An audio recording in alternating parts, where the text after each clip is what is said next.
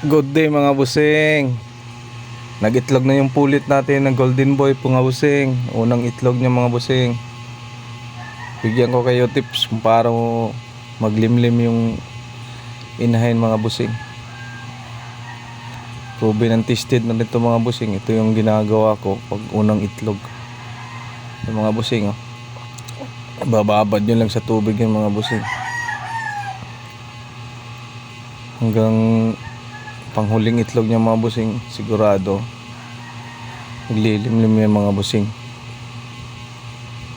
At depende po yan sa pulit niyo mga busing at sa lugar nyo. Kaya ito magandang tips. Proven and tested na rin yan. Yung mga inahin ko, yun yung ginagawa ko. Ito paano, gumagana naman mga busing. Salamat mga busing.